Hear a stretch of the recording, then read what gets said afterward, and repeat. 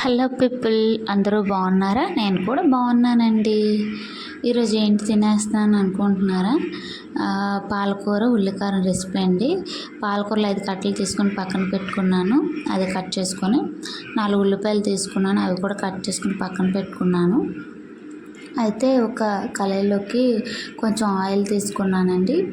ఆ ఆయిల్లోని కొంచెం జీలకర్ర, కొంచెం ధనియాలు, 3 ఎండుమిరపకాయలు, కొంచెం శనగపప్పు వేసుకొని కొంచెం వేపాలండి. కొంచెం వేపుకున్నాక వాటిని మిక్సీలోకి తీసుకొని కచ్చాపచ్చాగా గ్రైండ్ చేసుకోవాలి. గ్రైండ్ చేసుకున్న తర్వాత మళ్ళీ అదే కళాయిలోకి కట్ చేసుకున్న ఉల్లిపాయ ముక్కల్ని వేసుకొని కొంచెం మగ్గినంత వరకు ఉంచాలి. అంటే కొంచెం మగ్గాలి. అందులోకి చిన్న చింతపట్టు తీసుకొని కూడా కలుపుకోవాలి. టేస్ట్ ఇంకా బాగుంటుందండి అలా వేసుకుంటే. వాటిని అలా కలపాలి.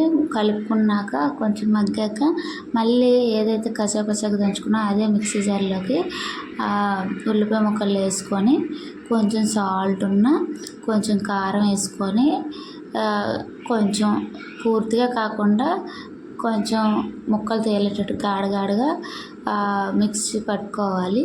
మిక్సీ పట్టుకున్న దాన్ని పక్కన పెట్టుకొని మళ్ళీ అదే కళాయిలోకి కొంచెం ఆయిల్ యాడ్ చేసుకొని కొంచెం జీలకర్ర, వెల్లుల్లిపాయలు 5 రెమ్మలు చిన్న చిన్న కట్ చేసుకొని వేసుకోవాలి. కరివేపాకు కొంచెం అయితే కట్ చేసుకున్న పాలకూర అందులో వేసుకోవాలి. వేసుకొని పూర్తిగా వేసుకోవాలండి. వేసుకొని కలుపుకొని మూత పెట్టుకోవాలి కొంచెం మగ్గేంత వరకు. మగ్గిన తర్వాత మూత తీసి కొంచెం అలా కలుపుకోవాలి. చూడండి వేగుతుంది. అలా కొంచెం వేగాక మళ్ళీ ఒకసారి కలుపుకోవాలండి.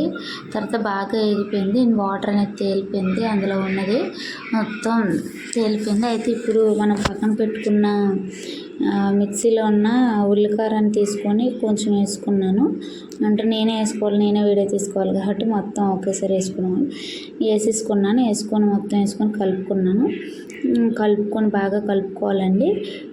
మొత్తం వాటర్ అంతా ఇంకేంత వరకు కలుపుకోవాలి. ఆయిల్ పైకి తేలేంత వరకు అలాగా మీడియం ఫ్లేమ్లో ఉంచి అలా కలుపుతూ ఉండాలండి. లాస్ట్కి అయితే కర్రీ అయితే రెడీ అయిపోతుంది. చూడండి ఆయిల్ తేలుతుంది, మీరే చూస్తుంది. నేనైతే ఎక్కువ ఆయిల్ యూజ్ చేయలేదు. మీరు కూడా ఇదే స్టైల్లో చేసి చూడండి. ఒకసారి నేను చేసేటట్టు చూడండి, చాలా బాగుంటుంది.